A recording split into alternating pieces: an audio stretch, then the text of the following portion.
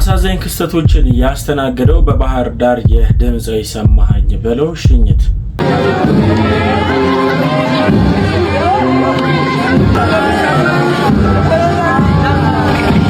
በብዙ ዘንድ ተወዳጅነትና ተቀባይነት ያለው የድምፃዊ ቴዎድሮስ ታደሰ ድንገተኛ ህመምና አሁናዊ ያለበት ሁኔታ የጸሎት ጥሪ ለድምፃዊ ቴዎድሮስ ታደሰ ኢቢኤስ ቴሌቪዥን አሁን ላይ የገባበት ትልቅ የሆነ አጣብቂኝ ድምጽ ለሬዲዮ ይሆናል መልክ ለቲቪ ይሆናል ስለዚህ ለሁለቱም ጋዜጠኛ ነው እነዚህ ጉዳዮችን በዛሬ ቪዲዮ በዋነኝነት የምንነጋገርባቸው ሲሆኑ ከነዚህ በተጨማሪም ደግሞ ሌሎች ወቅታዊና አዳዲስ መረጃ ዘል ጉዳዮችንም አንድ ላይ አካትቼ ይዤላችሁ መጥቻለሁ። ሁሌ እንደማረጉም ደግሞ አስተማሪና ወቅታዊ እንዲሁም ደግሞ ሊያዝናናችሁ የሚችልም ሾርት ሙቪም አንድ ላይ በቪዲዮ ላይ አካትቼላችኋለሁ። አብራችሁን ቆዩ። ቪዲዮውን አብራችሁ መቆየው እኔ ምንቴ ሲሆን ቻናሉ ደግሞ ምንቴ ዩቲዩብ ነው። ሰብስክራይብ በማድረግ ቻናሉን ቤተሰብ እንድትሆኑ በትህትና እጠይቃችኋለሁ። በተጨማሪም ቤተሰቦች ከናንተ የሚጠበቃለ ላይክ በማድረግ ቪዲዮውን ጀምሩ። ይዤ የመጣሁት መረጃ ለበርካቶች ተደራሽ እንዲሆን ስለሚረዳኝ ነው።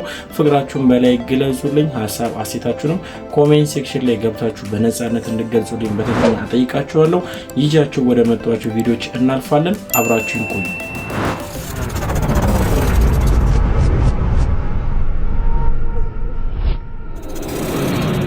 አባትነት በዝምታ ውስጥ የሚኖር ጥልቅ ፍቅር ነው። አባትነት ማለት ቃላቶች ሊገልጹት የማይችሉት ታላቅ ፍቅር ነው። አባት ማለት የቤት ምሰሶም ጭምር ነው። በትከሻቸው እኛን ተሸክመው ዛሬ ላይ ላደረሱን አባቶቻችን በሙሉ መልካም የአባቶች ቀን ይሁንላችሁ።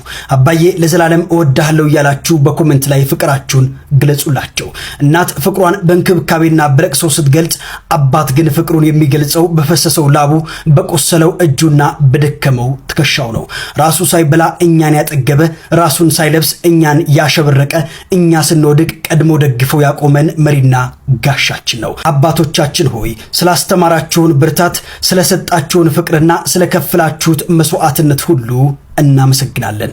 እንኳን ለአባቶች ቀን በሰላም አደረሳችሁ ልላችሁ ወዳለሁ። ወላጅ አባታችሁን እንኳን አደረሰ እያላችሁ ኮሜንት ሴክሽን ላይ መልካም ምኞት ተመኙላችሁ። እድሜና ጤና አንድ ላይ አብዝቶ ፈጣሪ ያድልላችሁ ለማለት ወዳለሁ። ወደ ዋና ጉዳያችን ስናልፍ በመግቢያ ላይ እንደገለጽኩላችሁ ድምፃዊ ቴዎድሮስ ታደሰ እጅግ በጣም በበርካቶች ዘንድ ተወዳጅና ተቀባይነት ያገኙ አንጋፋ ድምፃዊዎች መካከል አንዱ መሆኑ ሁላችንም እናውቃለን። እንግዲህ አሁን ላይ ትንሽ ህመም እንደገጠመው መረጃዎች እየወጡ ነበረ። እስቲ አንድ ቪዲዮ አለ ልጋብዛችሁና የጸሎት ጥሪ ለድምፃዊ ቴዎድሮስ ታደሰ በሰሜን አሜሪካ በተካሄደው የ2026 የጥበብ አዋርድ ላይ ድምፃዊ ቴዎድሮስ ታደሰ የዓመቱ ልዩ ተሸላሚ ሆኗል። ለዘመናት በሙዚቃው የብዙዎቻችንን ልብ የገዛው የቴዲን ሽልማት በመድረክ ላይ ተገኝተው የተቀበሉት ወንድሙ ኢሳያስ ታደሰና ልጁ አሜን ቴዎድሮስ ታደሰ ናቸው። ነገር ግን በሽልማቱ ስነ ስርዓት ላይ ወንድሙ ኢሳያስ ታደሰ ለሁሉም አድናቂዎቹ አንድ መልእክትና ልባዊ ተማጽኖ አስተላልፏል። ቢገኝ ደስ ይለኝ ነበር፣ ግን ምንም አልላችሁም፣ ጸሎት ግን አድርጉለት ሲል መልእክቱን አስተላልፏል። ቴዲ ታደሰ በየቤታችን በዜማዎቹ ትልቅ ትዝታ የጣለብን የጥበብ ሰው ነው። ወንድሙ ያቀረበውን የጸሎት ጥሪ ሁላችንም በቅንነት እንቀበለው። ቪዲዮውን ሼር በማድረግ መልእክቱ ለሁሉም አድናቂዎቹ እንዲደርስ እናድርግ። ፈጣሪ ጨርሶ ፈጽሞ ይማረ ለማለት ወዳለሁ። በርካቶች የሚወዱት በርካቶች የሚያደንቁት በሙዚቃውም ደግሞ በርካቶች እንግዲህ ለሱ ትልቅ ክብርና ትልቅ ቦታ የሚሰጡት ድምፃዊ ቴዎድሮስ ታደሰ አሁን ላይ እንግዲህ በገጠመው ህመም ምክንያት እንግዲህ በነበረው ዝግጅት ላይ እውቅና ሊያገኝ ቢሆንም ወንድምየው ነው የተገኘው። እሱ በስፍራው ባለመገኘቱ የበርካቶች ጥያቄ ነበረ። ወንድምየውም እንዳለ እንግዲህ ጸልዩልኝ ብሏል፣ ወይም ደግሞ ጸልዩለት ሲል ሀሳቡን አንድ ላይ አክሎ ተናግሯል። እንግዲህ መልካም ምኞት ተመኙለት ኮሜንት ሴክሽን ላይ ገብታችሁ ቤተሰቦች። በተጨማሪም ወደ ሌላ ጉዳይ ስናልፍ ደግሞ ከሰሞኑ እንግዲህ በርካቶችን ያስደነገጠ ዱብዳ ሆኖ በርካቶችን ያሳዘነው የድምፃዊ ሰማኸኝ በለው ጉዳይ አሁንም ላይ እንግዲህ ማብቂያ አጥቶ የበርካቶች ልብ እንግዲህ ሀዘኑን መቀበል ከብዷቸዋል። ከቤተሰብ ጀምሮ እስከ ወዳጆቹ፣ ከወዳጆቹ አልፎ እስከ አድናቂዎቹ፣ ከአድናቂዎቹም አልፎ ሀገር ሙሉ በሀዘኑ አዝኛለሁ፣ ሀዘኑ ሀዘናችን ነው ሲሉ በርካቶች ድምጽ እየሆኑት ይገኛሉ። አሁን ላይ እንግዲህ በባህር ዳር በትላንትናው ዕለት የሽኝት ስነ ስርዓት ተፈጽሞ ነበረ። እስቲ ቪዲዮ ልጋብዛችሁና ሀሳባችንን እንሰጥበታለን።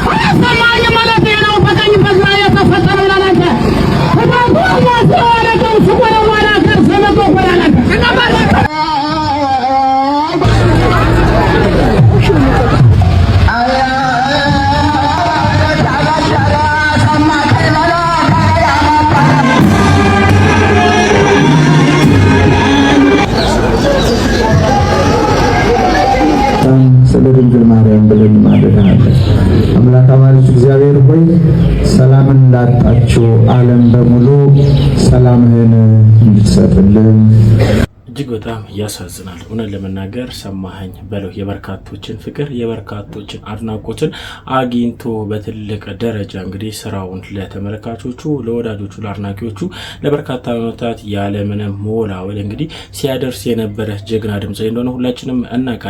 ከባህል ከሃይማኖት ከሁሉም ሲያፈነግጥ ባህሉንና ዘመኑን በዋጀ መልኩ በርካታ ስራዎች ለአድማጮች አድርሷል። እንግዲህ ማንም ሰው የማይቀርበት አንድ ነገር አለ፣ እሱም ሞት ነው። አሁን ላይ ከዚች ዓለም በሞት ብናጠው ስራው ግን ህያው ነው። ይህ መረሳት የሌለበት ጉዳይ ይመስለኛል። ለማንኛውም ለወዳጅ ዘመዶቹ ለቤተሰቦቹ ከዚህ ጋር መጽናናቱን እመኛለሁ። ሀዘናችሁን ፈጣሪ ያቅልላችሁ ለማለት እወዳለሁ። ነፍሱን በአጸደ ገነት ፈጣሪ ያኖርለት ብዬ ይሄንን ጉዳይ እዚህ ጋር እዘጋዋለሁ። ወደ ሌላ ጉዳይ ስናልፍ እንግዲህ ከሰሞኑ በተለያዩ ሶሻል ሚዲያ ላይ መነጋገሪያ የነበረች አንድ እህታችን አለች። ከገጠማት ችግር አንጻር እንግዲህ ለመንግስት የቅሬታ አቤቱታ በቪዲዮ እንግዲህ ቲክቶክ ላይ ተለቆ ሲሰራጭ ነበረ። ከዛ ጋር ተከታትሎ እንግዲህ በርካቶች ለሁለት ተከፍለው ትክክል ነች ትክክል አይደለችም እያሉ እየተከራከሩበት የነበረ ጉዳይ ነበረ። እንግዲህ አሁን ላይ ልጅ ያሬድም በዚህ ጉዳይ ላይ ሐሳቤን ካልሰጠኝ ብሎ ሐሳቡን ሰጥቶታል። እስቲ ልጋብዛችሁ። ሰሞኑን ያለቀሰች አንድ ልጅ ቪዲዮ ለቃ ነበረ። ዶክተር አብይ ወይ ግደለን ምናምን ስደትን ከሚቃወሙ ሰዎች መካከል እኔ ነኝ ምናምን ብላ ሰርታ ነበርና አብዛኛው ሰው ትክክል ነች አለ። የተወሰኑ ሰዎች ደግሞ እንደዚህ ያለችው በድምጽ ብክለት ቤቷ ሊዘጋ ነው አሉ። ግን የአብዛኛው ድምጽ የስቺ ልጅኛ ድምጽ ናት ነው የሚሉት። ምክንያት ሊኖር ይችላል፣ መንግስት ያደረገበት ነገር ሊኖር ይችላል፣ እኛ አላጣራንም ሊሆን ይችላል። ግን እቺ ልጅ ያወራችው ነገር ውስጥ እውነት አለ፣ ድብና ያለ እውነት አለ። ስደት የማይወዱ ምናምን ብዙ ሀገራቸውን እየጠሉ ያሉ ሰዎች አሉና አብይን ተናገረች ብላችሁ ቦግ ቦግ የምትሏሉ። እኔም ወዳቸዋለሁ ከናንተ በላይ ያውም እኔ በአፍ አይደለም በተግባር ነው። ኮፕሰርቲቱ ግሪን ሌጋሲ ቶ አይገባችሁም። እሳቸውንም ራሱ እንዳሉ እየረሳው ነው አይደለም እናንተን ማለት ነው። እቺ ልጅ በጣም እውነት አላትና አንዳንድ ጊዜ ሰውን የሆነ ነገር ሲባል ከመነሳት ይልቅ ሌላም ጊዜ እኔም በሆን ጥሩ ስራ ሰራ አታወሩልኝም። ላይክ አቅሜን ጨረስኩኝ በግሪን ሌጋሲና በኮፕሰርቲቱ ፓርት 2 እየሰራው ነው ግሪን ሌጋሲ ብዬ አስታውሳችሁኝ አታቆም። ግን ችግኝ ተከላ ምናምን መርሃ ግብር ሲከፈት ምናምን የግሪን ሌጋሲ የምታዘጋጁትን አይቻለሁ። እኔ ከምሰራው ጋር አይገናኝም ነው ማለት አታገኙኝም ነው የምላችሁ። ገባችሁ? በጣም ሌላ ዓለም ላይ ነው ያለሁትና ልጅቷ እውነት አላት፣ ትመቸኛለች። ያለችው ትክክል ነው። የወጣቱን የሆነ ነገር ተናግረዋለች። ዝም ብላችሁ አንዳንዶቹ ታሽቃብጡ ብቻ እውነቱንም አውሩ። አንተ ስለተመቸ ብቻ የወጣ የሆነ ነገር አትበል። ገባ? አንተ እኮ ሲጀመር አንዳንዶቻችሁ ለራሳችሁ ነው እንጂ ለሀገሪቷም አይደለም ለምናምን አይደለም ለማንም አይደለም። ገባችሁ? እኛ ለሀገሪቷና ለህዝቡ ነው የምናስበው። ገባችሁ? እንዲህ አይነት ስራ ደግሞ መንግስትን እያገዝን እያለ እሳቸውም ደግሞ አጠገባችን መቆም አለባቸው። ወጣቱ እንዲሁን ወጣቱ እንደዛ ነው ወጣቱ ምናምን ብዙ ይናገራሉ፣ ግን ንግግራቸው ይመቸናል። ግን አንዳንድ ነገሮች ላይ ተግባር ማየት እንፈልጋለንና ከስራችሁ ያላችሁ ነቃ ነቃ በሉ። ገባችሁ? ነቃ በሉ። አለበለዚያ እኛም በጣም የምንናገርበት ቀን ቅርብ ነው። በጣም ድብድብና አድርገን የምንናገርበት። ይመቻችሁ። ኦሮሞ ነኝ ምናምን ብዬ እንትን አይደለም። በትክክል እንደ ሰው ነው የማስበው። ገባ? ይመች። እውነት ለመናገር የእህታችን ጉዳይን እንደ ቀልድ አንመለከቱም። እንደ ሀገር ሁላችንም ይመለከተናል፣ ሁላችንም ያገባናል። በሀገራችን ውስጥ እንግዲህ ከቅርብ ጊዜያት በኋላ እየተፈጠሩ ባሉ አንዳንድ ጉዳዮች ምክንያት በርካቶች እያማረሩ ወጣቶች ተስፋ እየቆረጡበት ያለበት ሁኔታ በግልጽ የሚታይ ነው። እህታችንም ከደረሰባት በደልና ግፍ አንጻር እንግዲህ ይህንን ንግግርን ካሰፈረች በኋላ በርካቶች ለሁለት ተከፍለው ሀሳባቸውን ሲለዋወጡ ነበረ። ልጅ ያሬድም የመለሰው መልስን ሰምታችኋል። እውነት በዚህ ጉዳይ ላይ እናንተ ምን አይነት ስሜት ተሰምቷችኋል? ምን አይነት ሀሳብ አላችሁ? ሀሳባችሁን ብትገልጹልን የበለጠ እንወያይበታለን ብዬ አስባለሁ። በነገራችሁ ላይ ሁሌ እንደማደርገው እንግዲህ በመግቢያ ላይ እንደገለጽኩላችሁ አጭር አስተማሪ ዘመኑን የዋጀ እንዲሁም ደግሞ ትክክለኛ ነው ወይም ደግሞ ሊያስተምረን ይችላል ብዬ ያሰብኩት አጭር ፊልም አለች። እስቲ ልጋብዛችሁና እንመለስበታለን። አረ ተጋደሉ ገብተን አንድ ነገር እናድርግ። አሁን ከዚህ ጸብ የተረፈ ይኖራል ብለህ ነው? እንደው ገብተን ሬሳችንን እናንሳ እንጂ ምንም አይሆን፣ ማንም አይገባ። ግጭቱን እንደፈጠሩት ራሳቸው ይፍቷል። ማን ነው ቆሞ ከኔ እኩል ስለዚህ ቤት የሚያወራው? ጭራሽ ከኔ እኩል ልትካፈሉ? ላቤን ጠፍ አድርጌ የሰራሁት እኔ ነኝ። እሺ ከዚህ ሰውነት ላይ ላብ የአንተ ሰውነት አይደለም ላብ ሊያመነጭ ውሃ ቢፈስበት ራሱ ይመጣል። ወስፌ ምን? ማን ነው ወስፌ? አረ ጨረሱኝ! አረ ገደሉኝ! አባቴ ዛሬ ነው የሞተው። አባታችን የማይሞተው አንተ እኛ እህትና ወንድሞቼ ለውርስ ብለህ ካድከን ቀን እኔ አልካድኩ። በማንኪያ ለሚገባው በማንኪያ፣ በጭልፋ ለሚገባው በጭልፋ፣ በአካፋ ለሚገባው በአካፋ ይሁን ያልኩት። ዝም በላት ከርፋፋ። ማን ነው ከርፋፋ? አንቺ ሰውዬ በሕግ አምላክ እሱ ሳህን ውድ ነው። እሱ ከተሰበረ ምን እንልካፈል? እንደውም ማንም አይበላትም። እሺ አረ በሕግ አምላክ አራቁቶ እኮ ጎዳና ሊያስወጣን ነው። ዝም በይ ሙጢ። ያንቺ ምላስ አይደለም ንብረት እሳት ያዘንባል። እሺ ዝም በል አንተ ወፍ ዘራሽ። ማን ነው ወፍ ዘራሽ? እና የሜዳ አህያ ልበል ወይስ እባብ? አሁን ትንሽ ተባሉ እናንተ። ስጨርሱ ሚስኮል አድርጉልኝ። ቋንጤ የሚገርመው አንተኛው እኩል ይገባኛል ደግሞ የምትለው የአባትህን ድርሻ ከወሰድክ አይበቃህም? እንደውም ባትለፋ ይሻላል። አንተ ያንተ ድርሻ እዚህ የተሰባበረው ውስጥ አልቋል። እሺ ነው እንዴ? እንግዲያውስ ጭሬ በትኗል። አዳሜ ዘመንሽን ሁሉ በፌስታል ቤት ትኖሪያታል። ምን አልክ አንተ? ስርዓት በሕግ አምላክ። አሁን ተላይ ደረሰ። ያ ሞገስ እንደሆነ አፍ ብቻ ነው። ትንሽ ሰውነት ያለው ዳንኤል ነው። ይሄኔ ኮርኒስ ላይ ለጥፎት ነው የሚሆነው። እንደ ኤምኤም ጨዋታ በየመሃሉ ፊሽካ ይነፋ። አመታትህ ህገወጥ ነው ብሎ የሚገላግለው የለ። ወይኔ ወንድሜ በግላጭ አገኙት ምስኪን። ለነገሩ ሰብለ ዋዛ አይደለች። ምላሷ አጥንት ይሰብራል። ትቆቆማቸዋለች። ኧረ እርሶ ሰውዬ ግድ የለዎትም። እጆት ላይ የሶስት ሰው ደም ሊኖር ነው። ገብተን የሆነ ነገር እናድርግ።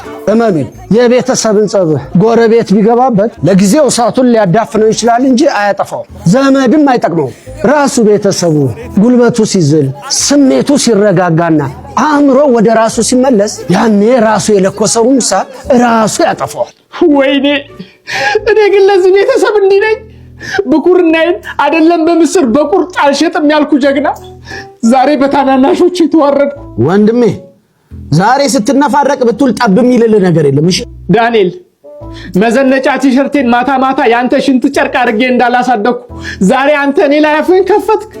ተረትህን ትተህ ወደ ክፍፍላችን እንመለስ።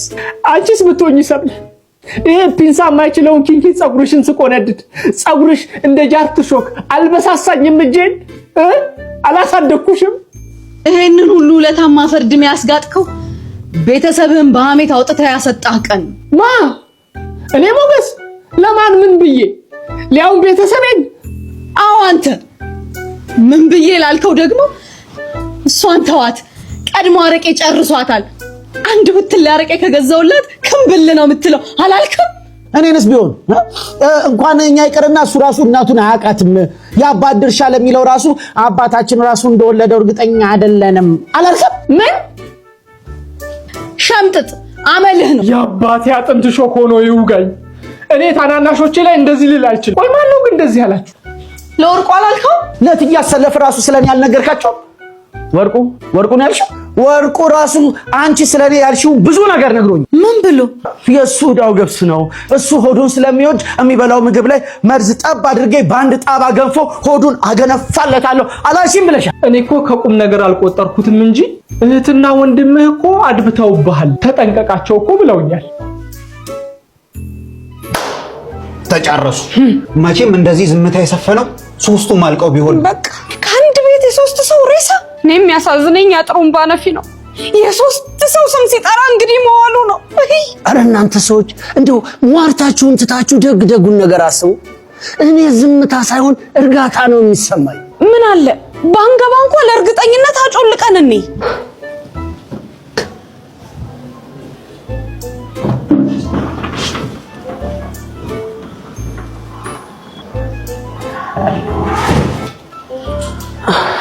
ምክክርና ንግግር ለጊዜው አድካሚና ሰልች ነገር ሊሆን ይችላል። ለዘላቂ ሰላም ግን ዋነኛው መፍትሄ ነው። በአንድ ጊዜ ላንግባባ፣ ላንስማማ፣ ላንተማመን እንችል ይሆናል። ተስፋ ሳንቆርጥ ደግመን ደጋግመን ከተነጋገርን የማንወጣው ችግር፣ የማንፈታው ቋጠሮ የለም። በሉ እነ ሟርተኞች ሂዱ፣ ሰላም ነው፣ ሂዱ። እንነጋገር።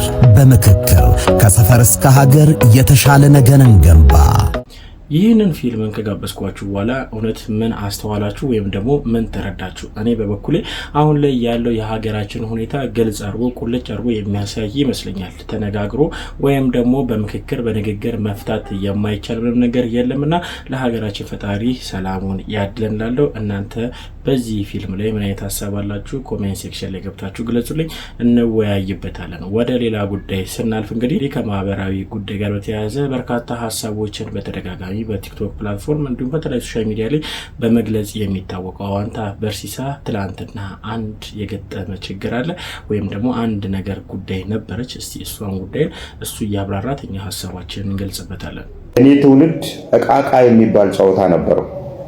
እናቶቻችን ቡና ያፈሉና እንጀራ ላይ ሚጥሚጣ ወይም በርበሬ ነገር አድርገው እሷን እየቀማመሱ ቡናቸውን እየጠጡ ወሬያቸውን ይደስቃሉ። እቺን ይዘንኛ ቅጠል ቆርጠን ትንሽ አፈር ነገር አላው ላይ ደብ አድርገን ቆርኪ ለቅመን እነሱ እንደሚያደርጉት እናደርጋለን። ይህ ጨዋታ እቃቃ ይባላል። ይሄኛው ከእቃቃ ጨዋታ በምንድን ነው የሚለየው? ይሄ ስቴዲየም ለእድሳት ተብሎ አራውንድ 5 ዓመት አካባቢ ተዘጋ ይመስለኛል። ጨረስን ብለው አምጠው ጨረስን ብለው ሲከፍቱት ወንበሮቹ የገረጡ ነበሩ። ፋና ቴሌቪዥን እንዴት እንዲህ ሊሆን ቻለ ብሎ ዶክመንታሪ ሁላ ሰርቶበት ነበር።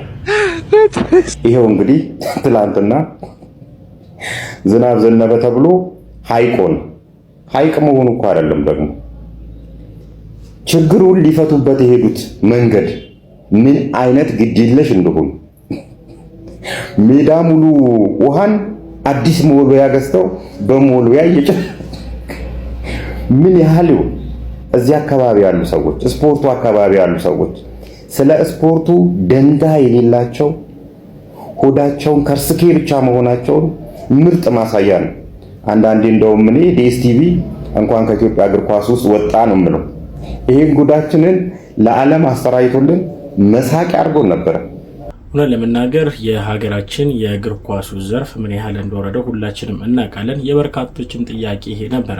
ሰሞኑን እንግዲህ የዓለም ዋንጫ እየተካሄደ መሆኑ ሁላችንም እናውቃለን። ከዚህ ጋር ተያይዞ እንግዲህ በርካታ በውጭ የሚገኙ የኢትዮጵያ ዜግነት ያላቸው ወይም ደግሞ ኢትዮጵያውያን እንግዲህ ሀገራቸውን በትልቅ መድረክ ወይም ደግሞ በዓለም መድረክ ላይ ባንዲራ እየተውለበለበ ደምቃ ማየት የሁላችንም ጉጉት ነውና እንደው እንደ ሀገር እስቲ ስናስበው የእግር ኳሱ ዘርፍ ምንም ነገር ባያመጣ ቢያንስ ጥሎ ማለፍ ይሁን ምንም ነገር ይሁን በእግር ኳሱ ዘርፍ ላይ የሆነች ነገር ቢያደርግ የሆነች ነገር ቢጨምር የበርካቶቻችን ምኞት ይመስላል። ይሄን የሚመለከተው አካል ቢያስብበት ወይም ደግሞ በዚህ ጉዳይ ላይ በጥልቀት ቢሰራበት ብዬ ሀሳቤን ሰጠኝ። ከስቴዲየሙ ጋር ግን ተያይዞ እንግዲህ ውሃ እየተቀዳ ከስቴዲየም ስንል ለመጀመሪያ ጊዜ ይመስለኛል፣ ከዓለምም ራሱ የመጀመሪያ ጊዜ ይመስለኛል ነው የሳስበው። እና እናንተ ይህን ጉዳይ እንዴት ትመለከቱታላችሁ? ሀሳባችሁን ስጡበት። በተጨማሪም ደግሞ በመግቢያ ላይ የገለጽኩላችሁ አንድ ጉዳይ አለ። ኢቢኤስ ቴሌቪዥን ከባድ አጣብቂኝ ውስጥ ገብቷል። በምን ምክንያት ነው? እስቲ አንድ ቪዲዮ አለ ልጋብዛችሁ። ድምጽ ለሬዲዮ ይሆናል፣ መልክ ለቲቪ ይሆናል። ስለዚህ ለሁለቱም ጋዜጠኛ ነው። ዛሬ ሆስት የመሆን ፍላጎትና ችሎታ ያለው ሰው ነው። ይሄንን እንግዲህ የችሎታ ሰዓቱን የሚያጋፍረው ማለት ነው። አጋፋሪ ደግሞ ሽክ ብሎ ነው የመጣው። መድረኩ ተለቆልሃል። ከዚህ በኋላ አንተ ነው። አጨብጭቡለት እንጂ ከእናንተው ማለት ነው።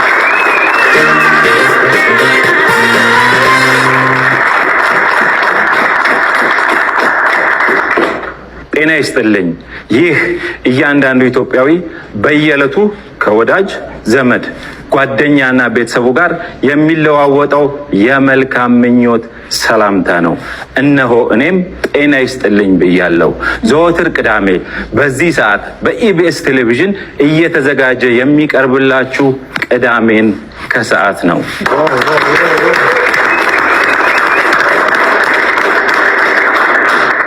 ዘመን ዘምኗል። ቴክኖሎጂ ተራቋል። ፌስቡክ፣ ቲክቶክ፣ ኢንስታግራም፣ ዩቲዩብ፣ ሊንክዲን እና ኤክስ እነዚህን ነገሮች እያንዳንዳችን በየዕለቱ ለረጅም ሰዓት እንጎበኛቸዋለን።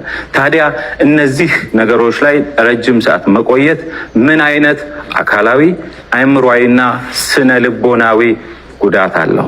እኛ ላይ ብቻ ግን አይደለም። አሁን ህፃናት ባለቀሱ በተነጫነጩ ቁጥር ስልክ መስጠት አሊያም ደግሞ ቴሌቪዥን ፊት ለፊት ወስዶ ማስቀመጥ የብዙ ሰዎች ተግባር ሆኗል። ታዲያ ተመልካቾቻችን ስክሪን ሳይቆጣጠረን እንቆጣጠረው። 8 ሰዓት ሆኗል። ቆንጆው ቅዳሜ ከሰዓት ጀምሯል። አብራችሁ ቆዩ።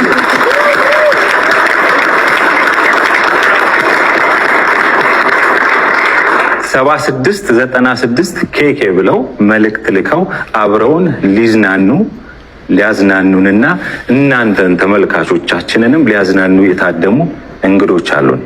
አብራችሁን ቆዩ። እድሉን ለአንተ ልስጥ።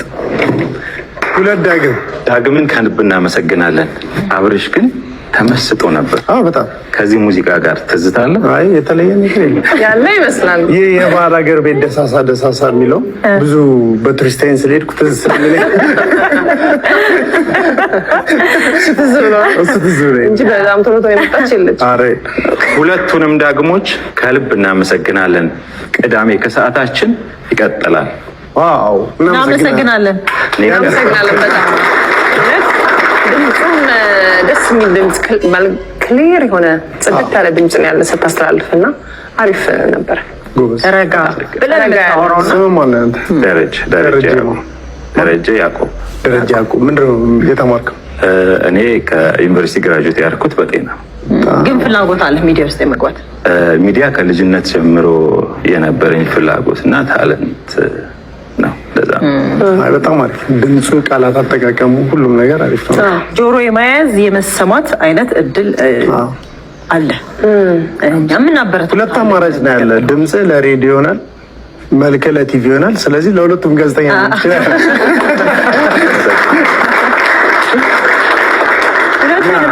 እናመሰግናለን። የተመለከታችሁት ቪዲዮ በኢቢኤስ ቴሌቪዥን ቅዳሜን ከሰዓት ዝግጅት ላይ ቀርቤ ተስጦኝ ያሳየሁበት ነው። በዕለቱ የነበሩት ጋዜጠኞችም የሰጡኝ አስተያየት እንደተመለከታችሁት እጅግ መልካም ነበር። አሁን የመጣሁት ኢቢኤስ ቴሌቪዥን ተስጦዬን፣ ችሎታዬንና ፍላጎቴን አይቶ ከነሱ ጋር አብሬ እንድሰራ እድል እንዲያመቻችልኝ ለመጠየቅ ነው። እናንተም ይህ ቪዲዮ ኢቢኤስ ቴሌቪዥን ጋር እንዲደርስ ኮሜንት ላይ ኢቢኤስ እያላችሁ ሜንሽን አርጉልኝ። በተጨማሪም ቪዲዮውን ላይክ፣ ሼር፣ ኮፒ ሊንክ እና ሪፖስት አድርጉልኝ። እውነት ለመናገር የኢቢኤስ ቴሌቪዥን አጣብቂኝ ውስጥ ገብቷል። እውነትም ገብቷል ማለት ይቻላል። ምክንያቱም ይህ ወንድማችን እንግዲህ የሆስት እድል ተሰጥቶት በኢቢኤስ ቴሌቪዥን ላይ ሁሉም በተሰበሰቡበት ላይ ይህንን ፐርፎርማንስን አሳየ። ካሳየ በኋላ እንግዲህ በራሱ የቲክቶክ ፕላትፎርም ላይ ይችኛዋን ፓርትን ቆርጦ በመለቀቅ እንግዲህ ወደ ኢቢኤስ እንድገባ ድምፁም ወይም ደግሞ በኢቢኤስ ላይ ገብቼ ብሰራ ደስ ይለኛል እድሉን ባገኝ ብሎ ይህን ጥያቄ ሲያነሳ ከግማሽ ሚሊዮን በላይ የሚሆን ሰው እንግዲህ ቪዲዮን ተመልክቶት ለበርካቶችም የተቀባበሉት ጉዳይ ሲሆን በርካቶችም እንግዲህ በኮሜንት ሴክሽን ስር ባቀባበሉት ወይም ደግሞ በጻፉት መልእክት ላይ ተመርክዘን ሀሳብ ስንሰጥ በርካቶች ይህ ልጅ በኢቢኤስ ቴሌቪዥን ቢሞከር የሚል ሀሳብ እንዳላቸው በሁኔታው መግለጽ ወይም ደግሞ በሁኔታው መረዳት እንችላለን። ምናልባት ኢቢኤስ ቴሌቪዥን ለዚህ ወጣት እድሉን ይሰጠው ይሆን? የበርካቶች ጥያቄ ስለሆነ የምናየው ይሆናል። ጊዜ ይፈተዋል ብለን ለጊዜ ሰጥ ነው። እናንተ ግን የወንድማችን ፐርፎርማንስን አይታችሁ ቢሞክር ወይስ ባይሞክር ሀሳባችሁን ስጡበት። ወደ ሌላ ጉዳይ ስናልፍ ከኮሜዲያን አሌክስ ህመም ጋር ተያይዞ በርካቶች የሚጠይቁት ጥያቄ አለ። አንድ ጥያቄ በስፋት እየተነገረ ወይም ደግሞ በስፋት እንግዲህ በርካቶች ጋር እየተንቀሳቀሰ በርካቶች እየተቀባበሉት ያለ ጉዳይ ነውና እስቲ ይህን ጥያቄ ጭምር ነው ቪዲዮ ልጋብዛችሁና ሀሳባችን ስጥበታለን። የዋሻው እንዴ ፕሮግራም አዘጋጆችን ስለ አሌክስ መጠየቅ የምፈልገው ነገር አለና ይህን ቪዲዮ ሼር፣ ኮፒ ሊንክ፣ ሪፖስት አድርጋችሁ ለዋሻው እንዴ ፕሮግራም አዘጋጆች አድርሱልኝ ዘንድ ጠይቃችኋለሁ። እንግዲህ እንደሚታወቀው ዋሻው እንዴ የመዝናኛ ፕሮግራም በአባይ ቲቪ ሲጀመር ከመስራቾቹ ተርታ የሚመደበው አሌክስ ታሞ አልጋ መያዙን እየተመለከትን ነው። በነገራችን ላይ ይህን ጽሑፍ ያገኘሁትኝ ድረገጽ ላይ መሆኑ መጥቀስ እፈልጋለሁኝ። ታዲያ የዋሻው እንዴ አባሎችን መጠየቅ የምፈልገው አንተ ትብስ የተባባሉለት ለመኝታ ካልሆነ በቀር ውሎና ምሽታቸው በያ የተባባሉ የግል መጠሪያ ስያሜን እስኪያበጁ የወዳጅነት ጥጋቸውን ያስመሰከሩበት የዋሻው እንዴ አዘጋጆች ከዕለታት በአንድ ቀን ላለመግባባት ተግባብተው እቃቃ ፈረሰ፣ ዳቦ ተቆረሰ ሆነና ነገሩ የወዳጅነት መረባቸው ተበጥሶ አሌክስ ከአባላቱ ራሱን ቀንሶ ወይም ደግሞ ቀንሰውት ፕሮግራም አቅራቢነት ከራቀ ከወራት በኋላ በእጅጉ ታሞ አልጋ የያዘ ቢሆንም ከደጉ ጊዜ ይልቅ ክፉ ጊዜን የቆጠሩ በሚያስመስል መልኩ ፍልፍሉ በታመመ ጊዜ እኔ ለታመመልህ እኔ ለሞትልህ በሚያስመስል መልኩ በሁሉም አቅጣጫ ተረባርበው የአምላክ ምሕረቱ በርሱ ላይ ተገልጾ ወደ ስራው ሲመለስ አንተ ትብስ ሲባባሉ የነበሩት የዋሻው እንዴ የፕሮግራም አዘጋጆች ኮሜዲያን አሌክስን እግዚአብሔር ይማረህ ለማለት ለምን ሰነፉ? አበባ ጉንጉን ለታይታ ለማስቀመጥ እና ከመሮጥ ይልቅ ደግ ጊዜን በማስታወስ ከመጠየቅ ጀምሮ ለሕክምናው ብትረባረቡስ ምን ነበረበት? ግን እናንተ ጸባችሁ የድንበር ይመስል በቅንድብ እየተያያችሁ ዛሬም በይቅር ባይነት ልባችሁን አልመክፈታችሁ ይገርማል። ዛሬም ግን አረፈደምና ልባችሁን ለይቅርታ ከፍታችሁ የትናንት መልካም ጊዜን በማስታወስ ከጎኑ በመሆን ጠላትን ኩምሽሽ በማድረግ ሰይጣንን ሀፍረት አከናንቡት ብሎ ጸሐፊው ሐሳቡን ይደመድማል። ስለዚህ ይህን ቪዲዮ ለዋሻው እንዴ ፕሮግራም አዘጋጆች እንዲደርስ ሼር፣ ኮፒ ሊንክ፣ ሪፖስት እና ሜንሽን በማድረግ እንዲደርሳችሁ ታደርጉ በፈጣሪ ስም እጠይቃችኋለሁ። ከዚህ በተረፈ ግን ወንድማችን አሌክስ እግዚአብሔር አምላክ በምሕረት እጁ ዳብሶ ለምትወዳችሁ ቤተሰቦች እንዲያበቃ በፈጣሪ ስም ጠይቃለሁኝ። አመሰግናለሁ። እውነት ለመናገር ኮሜዲያን አሌክሶ በታመመ ሰዓት በርካታ ወዳጆች፣ ዘመዶች፣ ጓደኞች እንግዲህ ከጎኑ እንደቆሙ እንዲሁም ደግሞ በርካቶችም መልካም ምኞት እንደተመኙለት እንዲሁም ደግሞ ከልባቸውም ለፈጣሪያቸው እንደጸለዩለት ይታወቃል። ይህ ግለሰብ እንግዲህ አሁን ላይ ከጓደኞቹ ጋር ያለው ጉዳይ ትንሽ ጥያቄ ፈጥሮ በርካቶችን እያነጋገረ ይገኛል። በዋሻው እንዴ ላይ እንግዲህ አብሮት ይሰሩ የነበሩት የልብ ጓደኞቹ የቅርብ ሰዎች የሆኑት እንዳለ በጠቅላላ ከሱ ጋር በተያያዘ ወይም ደግሞ ከህመሙ ጋር በተያያዘ ምንም አይነት ነገር አልተናገሩም፣ ምንም አይነት ሐሳብም አልሰጡም፣ ምንም አይነት መልካም ምኞትም አልተመኙም። ከዚህ ጋር ተያይዞ እንግዲህ በርካቶች እንዴት በዚህ ደረጃ ለምንድን ነው ምን ቢበደላቸው ምን ቢያጠፋ ነው እንደዚህ የራቁት ብለው ጥያቄ እያቀረቡ ይገኛሉ። ይሄን ጉዳይ እንዴት ተመለከተ? እኔ በበኩሌ እንግዲህ ለሚያልፍ ጊዜ የማያልፍ ጠባሳ ባንጥል ጥሩ ነው ብዬ አስባለሁ። ምክንያቱም ዛሬ ላይ መታመሙ አይደለም ድኖ ተነስቶ ነገ ጠዋል እንግዲህ ከነሱ ጋርም በስራ እንኳን ሊገናኝ ይችላልና ወዳጆቻችንን በምን ያህል ቅርበት ነው እንግዲህ እየተንከባከብናቸው ያለው የሚለው ጥያቄ የሚፈጥርባቸው ይመስላል። ነገ ጠዋል የሰው ልጅ ነው እንደ እንጨት ተሰብሮ እንኳን ራሱ ከዚች ዓለም ቢሰናበት ነገ ጠዋል የአበባ ጉንጉን ይዞ ወንድሜ ማለቱ ምንም ጥቅም የለውምና ሰው በህይወት እያለ መረዳት እስካለ ድረስ ከጎኑ ቆሞ ሊረዱት ይገባል ብዬ ሐሳብ መስጠት ፈልጋለሁ። እንዴት ተመለከታችሁት? እናንተ ሐሳባችሁን ስጡበት። ሰማኸኝ በለው ከቤቱ ሰምሽ እንደኔ ነው ጌታ። ሰላም ነፂ እንደነ ደህና ነው ወይ? አለው ሰምዬ የኛ ተከራካሪ የኛ ተቆርቋሪ አሳዳጊያችን አንቱ የዋን አሁን እያልኩ ነበር። አንቱ የዋ እነሱ እኮ ልጆች ናቸው ይጫወቱ በጊዜያቸው። ታንኪዩ ነፂ እግዚአብሔር ያክብርልኝ። ደህና ነው እንዴት ነህ? አለው ከዚህ በላይ ከዚህ የተሻለ አበላሽቶት የሚያቅሰው አለ ይሄን ዘፈን ከኔ በላይ? አረ በደንብ ነው የሰራው። በጣም የሚያወካው ብዙ አለ። በጣም የሚያወካው ሰሜ በጣም ስላገኘው በጣም ደስ ብሎኛል። እንግዲህ ሰማኸኝ በለው የባህል ሙዚቃ ሲባል ሰማኸኝ በለው ነው። በጣም ገናና እና ደግሞ አልባሳት ሁሉ ጨምረህበት ደግሞ ደስ በሚል ለየት ባለ መልኩ ያዥኝ አብጃል በሚል በጣም ስቴጅ በመቆጣጠር ደግሞ አንደኛ ነህ። እኔ በጣም አክባሪ ነኝ ሰሜ። ያክብርልኝ ነፂ አመሰግናለሁ። አንተም ጎበዝ ሙያተኛ ነህ እኮ በጣም እግዚአብሔር ይመስገን። ያው ተከራከራችሁ አሳደጋችሁ ተጫወቱ በጊዜያቸው ይጫወቱ በጊዜያቸው። በጣም ከባድ ደስ የሚል ነው እኮ አሎ ልሎ በጣም ደስ የሚል ነው ሰሜ። በጣም አንተ በጣም ባለውለታ ነህ በእውነት ለባህል ሙዚቃ ትልቅ ባለውለታ ነህ። እንደገና ደግሞ ከታች ጀምሮ ነው እየለፋችሁ የመጣችሁት አይደለም? እውነት ነው። ብዙ ደክመናል። የድካማችን ውጤት ባናገኝም ግን ያው ባህሉን ጠብቀን እዚህ ደርሰናል። ትክክል። የደከምክበት ደሃ ጉልበቱን አይቆጥርም ነው የሚባለው እኛ ሀገር ያው ማድረሱ ነው። እንደገና ደግሞ አሁን በብዛት ከአበሻ በተጨማሪ ፈረንጆች በደንብ ነው የሚያውቁ። በጣም ደስ ይላል ሰሜ። የማይቀር የለም ሁላችንም ነገ ጠዋት ላይ ተጓዦች ነን። ይቺ ምድር እንግዲህ ጊዜያዊ ቤታችን ነች። ፈጣሪ እንግዲህ በመልካሙ ይውሰዳል ለማለት እወዳለሁ። ቤተሰቦች ለዛሬ ይዤላችሁ የመጣኋቸው ቪዲዮዎች እኚህን ይመስላሉ። እስካሁን ድረስ አብራችሁኝ ስለቆያችሁ ከልብ ላመሰግናችሁ እወዳለሁ። በቀጣይ ቪዲዮ እስክንገናኝ ሰላም ቆዩልኝ። እወዳችኋለሁ።